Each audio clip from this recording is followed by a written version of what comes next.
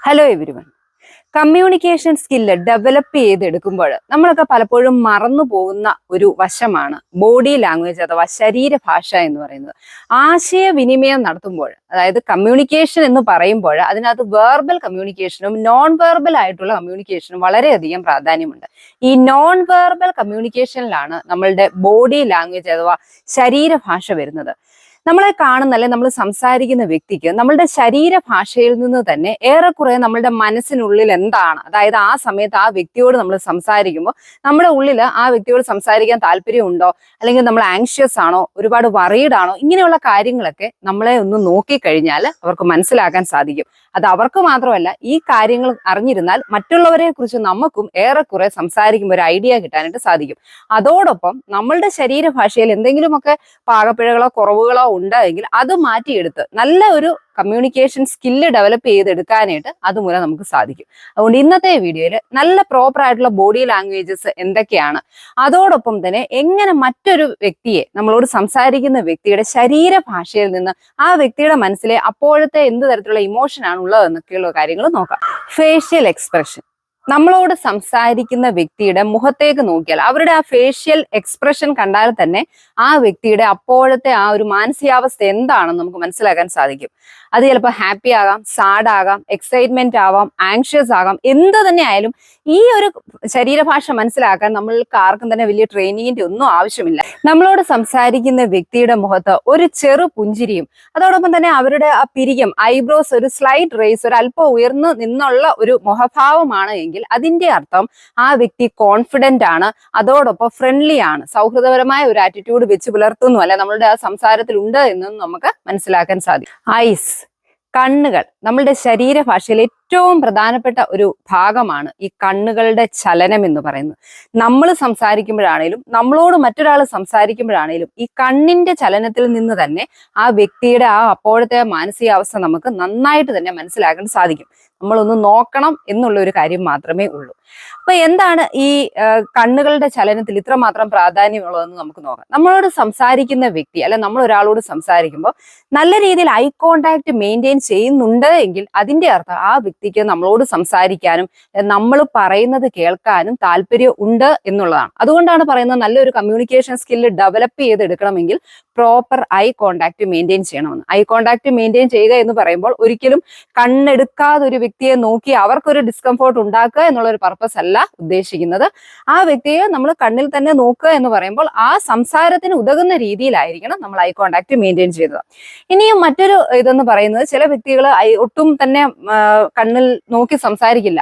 അതിന്റെ അർത്ഥം ആ വ്യക്തി ഒട്ടും കോൺഫിഡന്റ് അല്ല, അല്ലെ സംസാരത്തിൽ താല്പര്യമില്ല എന്ന് മാത്രമല്ല, ചിലപ്പോൾ ചില കൾച്ചർ ആയിരിക്കാം, അല്ല എങ്കിൽ ചിലപ്പോൾ ഷൈനസ്, നാണം ഒക്കെ ഉള്ള വ്യക്തികൾ, അധികം ആരോട് ഇടപെടാത്ത ഒരു വ്യക്തിയാണെങ്കിൽ തീർച്ചയായും അവർക്ക് ആ ഒരു കാര്യം കൊണ്ടായിരിക്കാം മറ്റു ആ സംസാരിക്കുന്ന വ്യക്തിയുടെ കണ്ണുകളിൽ നോക്കാൻ മടിയുള്ളതായിരിക്കും. പ്രത്യേകിച്ചും അധികം ആരുമായിട്ടും എക്സ്പോഷർ കിട്ടാതെ ഒരു ഇൻട്രോവേർട്ട് ആയിട്ടുള്ള ഒരു വ്യക്തിയാണെങ്കിൽ മറ്റൊരാളുടെ കണ്ണിൽ നോക്കി സംസാരിക്കില്ല. അപ്പൊ കണ്ണിൽ നോക്കി സംസാരിക്കാത്ത ഒരു വ്യക്തിയെ കുറിച്ച് ബോഡി ലാംഗ്വേജ് എക്സ്പേർട്സ് പറയുന്നത് പൊതുവിൽ അവര് കോൺഫിഡൻസ് കുറവുള്ള വ്യക്തികളാണ് എന്നുള്ളതാണ്. അതുകൊണ്ട് ഐ കോണ്ടാക്ട് മെയിൻറ്റെയിൻ ചെയ്തുകൊണ്ട് തന്നെ സംസാരിക്കാനായിട്ട് ശ്രദ്ധിക്കാം. അതുപോലെ തന്നെ നമ്മൾ സംസാരിക്കുമ്പോൾ നമ്മളുടെ കണ്ണിന്റെ മൂവ്മെന്റ്സ്, നമുക്കറിയാം കണ്ണ് ബ്ലിങ്ക് ചെയ്യാറുണ്ട് അല്ലെ, കണ്ണുകൾ അടയാറുണ്ട്. അത് നാച്ചുറൽ ആയിട്ട് നോർമൽ ആയിട്ട് നടക്കുന്ന ഒരു പ്രോസസ്സാണ്. എന്നാൽ എപ്പോഴും തന്നെ കണ്ണ് ഇങ്ങനെ ബ്ലിങ്ക് ചെയ്തുകൊണ്ടിരിക്കുക, ഒരു വ്യക്തിയോട് സംസാരിച്ചുകൊണ്ടിരിക്കുക, എപ്പോഴും കണ്ണുകൾ ഇങ്ങനെ അടച്ചുകൊണ്ടിരിക്കുകയാണെങ്കിൽ ആ വ്യക്തി കംഫോർട്ട് അല്ല, കോൺഫിഡൻസ് അല്ല, ഒരു ഡിസ്കംഫോർട്ടും ഇറിറ്റബിൾ ആണെന്നൊക്കെയാണ് അത് കാണിക്കുന്നത്. അതുപോലെ തന്നെ ചില വ്യക്തികൾ നമ്മൾ നോക്കിക്കഴിഞ്ഞാൽ അറിയാം അവരുടെ ആ കണ്ണിന്റെ മൂവ്മെന്റ്സ് നോർമലും അല്ല, എന്നാൽ അവര് അതിലൊരു അവരുടേതായിട്ടുള്ള ഒരു കൺട്രോൾ കൊടുക്കുന്നത് പോലെ ചില വ്യക്തികളുടെ കണ്ണുകളിൽ നമുക്ക് നോക്കിയാൽ മനസ്സിലാകും. അതായത് കണ്ണുകൾ അടയ്ക്കുന്നതല്ല, അവര് നിയന്ത്രിക്കാൻ ശ്രമിക്കുന്നത് പോലെ, അവരെ ഒരു ഇന്റൻഷനലി അവര് ട്രൈ ചെയ്യുന്നത് പോലെയും നമുക്ക് ഫീൽ ചെയ്യാനായിട്ട് ആ കണ്ണുകളിൽ നോക്കിക്കഴിഞ്ഞാൽ മനസ്സിലാക്കും. അതുപോലെ തന്നെ നമ്മൾ സംസാരിക്കുമ്പോൾ നമ്മളുടെ കണ്ണുകളുടെ ചലനം അപ്വേർഡും റൈറ്റ് ഡയറക്ഷനിലും ആണല്ലോ, മുകളിലേക്കും വലതുവശത്തേക്കുമാണ് നമ്മൾ സംസാരിച്ചുകൊണ്ടിരിക്കുമ്പോൾ നോക്കുന്നത്, അല്ലെങ്കിൽ നമ്മളോ അല്ലെങ്കിൽ മറ്റൊരു നമ്മളോട് സംസാരിക്കുന്ന വ്യക്തിയോ നോക്കുന്നതെങ്കിൽ അതിന്റെ അർത്ഥം അവർ എന്തോ കാര്യം, ഒരു മെന്റൽ ഇമേജ് ഫാബ്രിക്കേറ്റ് ചെയ്യാൻ വേണ്ടി ശ്രമിക്കുകയാണ്, ഒരു കഥ മെനയാൻ. കൂടുതലും നമ്മൾ ലയേഴ്സ്, കള്ളം പറയുന്നവരുടെയൊക്കെ ലക്ഷണമായിട്ട് പറയുന്ന ഒരു കാര്യവും ഇത് തന്നെയാണ്. കണ്ണിന്റെ മൂവ്മെന്റ്സ് റൈറ്റ് സൈഡിലേക്കാണ് സംസാരിച്ചുകൊണ്ടിരിക്കുമ്പോൾ അപ്വേർഡ് ആൻഡ് റൈറ്റ് ആണ് എങ്കിൽ അവർ ഫാബ്രിക്കേറ്റഡ് മെന്റൽ ഇമേജ് ക്രിയേറ്റ് ചെയ്യണം, എന്തൊക്കെയോ കെട്ടുകഥകൾ പറയുന്നതിൽ ചമയ്ക്കാൻ ശ്രമിക്കുന്നു എന്നുള്ളതാണ്. ഇനി നേരെ മറിച്ച് സംസാരിച്ചുകൊണ്ടിരിക്കുമ്പോൾ കണ്ണുകൾ അല്പം താഴ്ത്തി ഡൗൺവേർഡും ലെഫ്റ്റ് സൈഡിലേക്കുമാണ് നോക്കുന്നതെങ്കിൽ പാസ്റ്റ് ഈവൻസോ അവർക്കറിയാവുന്ന എന്തോ കാര്യമോ ഓർമ്മിച്ചെടുത്ത് റീകോൾ ചെയ്ത് പറയാൻ ശ്രമിക്കുന്നു എന്നാണ് ബോഡി ലാംഗ്വേജ് എക്സ്പേർട്ടുകൾ ഇതിനെ വിശകലനം ചെയ്യുന്നത്. സംസാരിച്ചുകൊണ്ടിരിക്കുമ്പോൾ എപ്പോഴും വാച്ചയിൽ നോക്കുന്ന ശീലം, അല്ലെങ്കിൽ എപ്പോഴും അപ്പുറത്തോട്ടും ഇപ്പുറത്തോട്ടും ഒക്കെ സംസാരിക്കുന്ന വ്യക്തിയെ നോക്കാതെ നോക്കുകയൊക്കെ ചെയ്യുമ്പോൾ അതിന്റെ അർത്ഥം ആ വ്യക്തിക്ക് നമ്മളോട് സംസാരിക്കാനോ നമ്മൾ പറയുന്ന കാര്യത്തിലോ ഇൻട്രസ്റ്റ് ഇല്ല എന്നുള്ളതാണ്. അതുപോലെ തന്നെ നമ്മൾ പോലും അറിയാത്ത ചില ഹാബിറ്റുകളുണ്ട്. ആ ഹാബിറ്റുകളും നമ്മളുടെ ബോഡി ലാംഗ്വേജസ് റിവീൽ ചെയ്യുന്നതാണ്. അതിൽ ഏറ്റവും പ്രധാനപ്പെട്ട ഒരു കാര്യമാണ് നെയിൽ ബൈറ്റിംഗ്. ചില വ്യക്തികൾക്ക് നഖം കടിക്കുന്ന ശീലമായിട്ട് കാണില്ല, പക്ഷെ ടെൻഷൻ വരുമ്പോൾ, പെട്ടെന്ന് ഒരു വെപ്രാളോ അല്ലെ ആങ്ഷ്യസ് ഒക്കെ ആയിരിക്കുന്ന ഒരു സിറ്റുവേഷനിൽ, അല്ലെങ്കിൽ ഒരു ഇന്റർവ്യൂവിനോ ആളുകൾ കൂടുന്ന ഒരു സ്ഥലത്തോ ചെല്ലുമ്പോൾ അവർ പോലും അറിയാതെ അവർ ചെയ്യുന്ന ഒരു സ്വഭാവമാണ് ഈ നഖം കടിക്കുക എന്നുള്ളത്. അതുകൊണ്ട് ആ ശീലം ഉണ്ടായെങ്കിൽ ഓർക്കുക, ശരീരഭാഷ കണ്ടാൽ മനസ്സിലാകുന്ന വ്യക്തിക്ക് മനസ്സിലാകും നമ്മൾ ആകെ ഇറിറ്റേറ്റഡ് ആണ്, നമ്മൾ വല്ലാത്ത വറീഡ് ആണ്, ആങ്ഷ്യസ് ആണ് എന്നുള്ളത്. അപ്പൊ ഇങ്ങനെ ഒരു ശീലം ഉണ്ടെങ്കിൽ നമ്മൾ കോൺഷ്യസ് ആയിട്ട് മനസ്സിലാക്കുക, എനിക്ക് ഇങ്ങനെ ഒരു ദുശീലമുണ്ട്, നഖം കടിക്കുന്ന അല്ലെ ആളുകളുടെ മുമ്പിലേക്ക് ചെല്ലുമ്പോൾ അവരെ ഫേസ് ചെയ്യണം. ഇതൊക്കെ ഇവരുടെയൊക്കെ ഒരു കോപ്പിംഗ് മെക്കാനിസം ആയിട്ട് ആ ഒരു സിറ്റുവേഷനെ ഹാൻഡിൽ ചെയ്യാൻ വേണ്ടി അവർ സ്വയം അറിയാതെ തന്നെ കാണിക്കുന്ന ശീലങ്ങളാണ്. പക്ഷെ നമ്മളത് മാറ്റിയെടുത്തെങ്കിൽ മാത്രമേ, കാരണം കാണുന്ന വ്യക്തി, ഇപ്പൊ ഉദാഹരണത്തിന് ഒരു ഇന്റർവ്യൂ അല്ലെങ്കിൽ ഒരു പബ്ലിക്കായിട്ട് ഒരു മീറ്റിങ്ങിനെ നിങ്ങൾ അഭിസംബോധന ചെയ്യുകയാണ്, അവിടെ ആ നിൽക്കുമ്പോൾ നിങ്ങൾ ഇടയ്ക്കിടയ്ക്ക് ഈ നഖം കടിക്കുന്ന ശീലമാണെങ്കിൽ കാണുന്നവർക്ക് അത് അത്ര സുഖകരമായിരിക്കില്ല അല്ലെ.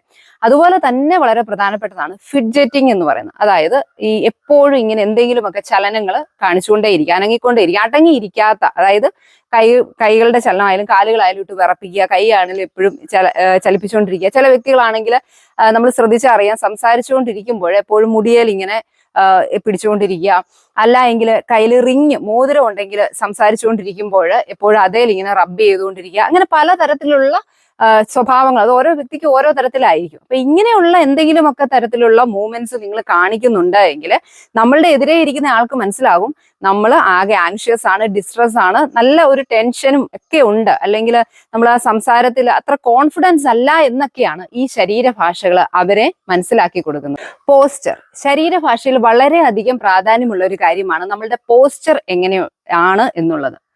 ഓപ്പൺ പോസ്ചർ ഉള്ള വ്യക്തികൾ, അതായത് നമ്മൾ ആരോടെങ്കിലും സംസാരിക്കുമ്പോൾ കൈ കെട്ടി നിൽക്കുന്ന ശീലമൊന്നും ഇല്ലാതെ കൂടുതൽ നല്ല ഫ്രണ്ട്ലി ആയിട്ട്, അതായത് ഇരിക്കുന്ന വ്യക്തികളാണ് എങ്കിൽ ആ കസേരയിൽ കൈകൾ വെക്കുക, അല്ലെങ്കിൽ നമ്മുടെ മടിയിൽ വെക്കുക.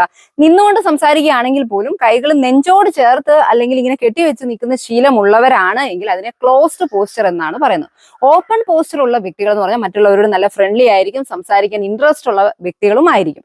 ഈ ക്ലോസ്ഡ് പോസ്ചർ, അതായത് ഞാൻ പറഞ്ഞതുപോലെ കൈകളൊക്കെ കെട്ടി നിന്ന് ആളുകളോട് സംസാരിക്കാനായിട്ട്, ഇപ്പൊ കാര്യങ്ങൾ കേട്ടുകൊണ്ടിരിക്കുകയാണെങ്കിലും ചില വ്യക്തികൾ ഇരിക്കുന്ന നോക്കി നമുക്കറിയാം അവരിങ്ങനെ കൈ കെട്ടിയ ഒരു പൊസിഷൻ ആയിരിക്കും, അല്ലെങ്കിൽ കാലുകളായാലും അത് ഇങ്ങനെ കാല് പിണഞ്ഞ് ക്രോസ് ചെയ്തായിരിക്കും ലെഗ്സ് വെച്ചിരിക്കുന്നത്. അപ്പൊ ഇങ്ങനെയുള്ള വ്യക്തികളുടെ ശരീരഭാഷ വെളിവാക്കുന്നതെന്ന് പറഞ്ഞാൽ അവര് ആളുകളോട് അധികം ഇടപെടാനായിട്ട് ഇൻട്രസ്റ്റ് ഉള്ളവർ അല്ല എന്നുള്ളതാണ്, അല്ലെങ്കിൽ അവർ ആങ്ഷ്യസ് ആണ്, കൂടുതൽ സെൽഫ് പ്രൊട്ടക്റ്റീവ് ആണ്, അവർ അവരിലേക്ക് തന്നെ ഉൾവലിഞ്ഞ സ്വഭാവമുള്ളവരാണ്.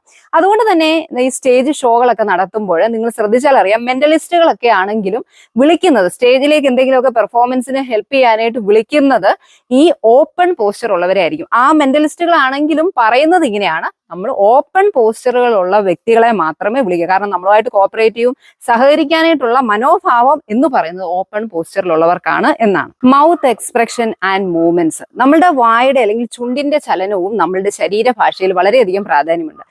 നമ്മൾ ചിരിക്കുമ്പോൾ പലപ്പോഴും ശ്രദ്ധിച്ചറിയാം, ചില വ്യക്തികൾ ചിരിച്ചു കഴിയുമ്പോൾ ചുണ്ടുകളിൽ മാത്രമേ ആ ചലനം കാണുകയുള്ളൂ. ആ ഒരു പുഞ്ചിരി എന്ന് പറയുന്നത് ഒരിക്കലും ആത്മാർത്ഥതയോടെ, അല്ലെ അവര് നമ്മൾ പറയുന്നത് താല്പര്യം ഉണ്ടായിട്ടോ നമ്മളോട് സംസാരിക്കാൻ താല്പര്യം ഉണ്ടായിട്ടോ ഉള്ള ഒരു പുഞ്ചിരി ആയിരിക്കില്ല എന്നുള്ളത്. അപ്പോൾ ചിരിക്കുന്ന ഒരു വ്യക്തി നമ്മളോട് സംസാരിക്കുമ്പോൾ ആ ഒരു പുഞ്ചിരിയെ നിങ്ങളൊന്ന് അസസ് ചെയ്യുക. ചിരിക്കുമ്പോൾ ചുണ്ടുകൾ മാത്രമാണ് ചലനം വരുന്നതെങ്കിൽ അത് ആത്മാർത്ഥതയുള്ള ചിരിയാണ് എന്ന് പറയാൻ സാധിക്കില്ല. ചിരിക്കുമ്പോൾ എപ്പോഴും കണ്ണുകളിലേക്ക് കൂടെ നോക്കുക. ആ ഒരു പുഞ്ചിരി കണ്ണുകളുടെ ഈ കോർണറിലേക്ക് നോക്കിയാൽ അവിടെയുള്ള ആ ഒരു ചലനം, അതായത് പുഞ്ചിരി കണ്ണുകളിലും വരുമ്പോഴാണ്, ചിരി കണ്ണുകളിൽ വരുമ്പോഴാണ് അത് ആത്മാർത്ഥതയുള്ളതായിട്ട് പരിഗണിക്കുന്നത്. അതോടൊപ്പം തന്നെ സംസാരിക്കുമ്പോൾ നമുക്കറിയാം ചില വ്യക്തികൾ ചുണ്ടുകൾ കടിക്കുന്ന ഒരു ശീലം, അത് ചിലപ്പോൾ അവർ അറിഞ്ഞുകൊണ്ടായിരിക്കില്ല. അതിന്റെ അർത്ഥം അവരാകെ ഡിസപ്പോയിന്റഡ് ആണ്, അല്ലെ ഡിസ്ട്രസ്ഡ്, അവർക്ക് ആ സംസാരിക്കുന്ന ആളോട് അത്ര ട്രസ്റ്റ്, വിശ്വസ്തത അവർക്ക് അല്ലെ വിശ്വാസം തോന്നുന്നില്ല, ഇൻട്രസ്റ്റ് ഇല്ല എന്നൊക്കെയാണ് നമ്മൾ ലിപ് ബൈറ്റ്, ചുണ്ടുകൾ കടിക്കുമ്പോൾ അത് റിവീൽ ചെയ്യുന്നത്. അതുപോലെ തന്നെ നമ്മൾ ചില വ്യക്തികളായിരിക്കും മുഖം മറച്ചായിരിക്കും സംസാരിക്കുന്നത്. ചിലപ്പോൾ അതെന്തെങ്കിലും ഒരു കോംപ്ലക്സ് കൊണ്ടായിരിക്കും. ഉദാഹരണത്തിന് ഇപ്പൊ അവർക്ക് ചെറുപ്പത്തിലോ അല്ലെങ്കിൽ അവരുടെ പല്ല് പൊങ്ങിയതാണ്, അല്ലെങ്കിൽ ചിരിച്ചാൽ കൊള്ളത്തില്ല എന്നൊക്കെയുള്ള ചില വ്യക്തികളാണെങ്കിൽ, അല്ലെങ്കിൽ ഷൈനസ് ഒക്കെ ഉണ്ടെങ്കിലും അതും കാണിക്കുന്നത് അങ്ങനെയുള്ള വ്യക്തികൾ മുഖം മറച്ച്, മുഖം എന്ന് പറയുമ്പോൾ അവരുടെ വായ മൂടിക്കൊണ്ടായിരിക്കും ചിലപ്പോൾ സംസാരിക്കുന്നത്. ഇനി അത് ബോഡി ലാംഗ്വേജ് എക്സ്പേർട്ടുകളുടെ അടുത്തേക്ക് വരുമ്പോൾ അവര് അതിനെ ഇത് ചെയ്യുന്നത്, എക്സ്പ്രസ് ചെയ്ത് പറയുന്നത് എന്താണെന്ന് വെച്ച് കഴിഞ്ഞാൽ ഇമോഷൻസ് എന്തെങ്കിലും ഉണ്ടെങ്കിൽ അത് മറയ്ക്കാൻ വേണ്ടിയിട്ടാണ്, നമ്മുടെ ഉള്ളിലുള്ള എന്തെങ്കിലും വിഷമോ വേദന അത് മറ്റൊരാൾ അറിയാതിരിക്കാൻ വേണ്ടിയിട്ടാണ് നമ്മൾ നമ്മുടെ വാ കവർ ചെയ്ത് പിടിക്കുന്നത് എന്നാണ്. അതുകൊണ്ട് തന്നെ നല്ലൊരു കമ്മ്യൂണിക്കേഷൻ സ്കില്ല് ഡെവലപ്പ് ചെയ്യണം, മറ്റുള്ളവരോടൊക്കെ നന്നായിട്ട് ഇടപെടണം എന്ന് താല്പര്യമുള്ള ഒരു വ്യക്തിയാണ് നിങ്ങളെങ്കിൽ നമ്മൾ മറ്റൊരാളുടെ ബോഡി ലാംഗ്വേജസ് അസസ് ചെയ്യുന്നതിനോടൊപ്പം തന്നെ നമ്മുടെ ബോഡി ലാംഗ്വേജ് എങ്ങനെയാണ് എന്നുള്ളൊരു തിരിച്ചറിവ് കൂടെ ഉണ്ടാകണം. ഈ പറഞ്ഞ പോലെ ചെറിയ ചെറിയ നമ്മൾക്ക് ചിലപ്പോൾ മറ്റുള്ളവരോട് സംസാരിക്കാനായിട്ടുള്ള ബുദ്ധിമുട്ട് കൊണ്ടായിരിക്കാം എന്തെങ്കിലുമൊക്കെ ശീലങ്ങൾ, നെയിൽ ബൈറ്റ് പോലെ, അല്ലെങ്കിൽ ചിലർക്കാണെങ്കിൽ കഴുത്ത് ഇങ്ങനെ സംസാരിച്ചുകൊണ്ടിരിക്കുമ്പോൾ ഇങ്ങനെ അവിടെ റബ്ബ് ചെയ്യുന്നൊരു ശീലം, ഇതൊക്കെ നമ്മൾ കാണിക്കുമ്പോൾ മറ്റൊരാളുടെ ആംഗിളിൽ നിന്ന് ചിന്തിക്കുമ്പോൾ നമുക്ക് അവരോട് സംസാരിക്കാൻ താല്പര്യമില്ല, അല്ലെങ്കിൽ നമ്മളൊരു ഫ്രണ്ട്ലി ആയിട്ടുള്ള ആളല്ല, കോൺഫിഡൻസ് ഇല്ലാത്ത, ഇങ്ങനെയൊക്കെയാണ് കാണിക്കുന്നത്. അതുകൊണ്ട് ശരീരഭാഷയിൽ എന്തെങ്കിലുമൊക്കെ ഉള്ള ഒരു പാകപ്പിഴകൾ നമുക്കുണ്ട് എങ്കിൽ അതും കൂടെ തിരുത്താൻ നമ്മൾ തയ്യാറാവുക. അതോടൊപ്പം തന്നെ മറ്റുള്ളവരോട് സംസാരിക്കുമ്പോൾ ഇനി മുതൽ അവരുടെ ശരീരഭാഷയും കുറച്ചൊക്കെ പഠിച്ചെടുക്കാൻ സാധിക്കുക. എപ്പോഴും വാക്കുകൾ കൊണ്ട് മാത്രമാണ് നമുക്ക് ഒരാളുടെ സംസാരത്തെ അളക്കാതെ ആ വ്യക്തിയുടെ നോൺ വെർബൽ ആയിട്ടുള്ള കമ്മ്യൂണിക്കേഷൻസ്, ഗസ്റ്റേഴ്സും പോസ്ചറും ഒക്കെ നോക്കിക്കണ്ട് തന്നെ നമുക്ക് ആ വ്യക്തിയെ കുറിച്ച് കുറച്ചും കൂടെയൊക്കെ മനസ്സിലാക്കാൻ സാധിക്കും. അത് കൂടുതൽ ഇൻട്രസ്റ്റിംഗ് ആണ്, ആളുകളെ കൂടുതൽ വ്യക്തികളെ മനസ്സിലാക്കാം. പ്രത്യേകിച്ചും സ്ട്രേഞ്ചേഴ്സ് ഒക്കെ ആണെങ്കിൽ പോലും അവരെയും കൂടുതൽ മനസ്സിലാക്കാനായിട്ട് ഈ ഒരു സ്കില്ല് നമ്മൾ ഡെവലപ്പ് ചെയ്തെടുത്താൽ അത് നമ്മളെ സഹായിക്കും. Be happy, be confident.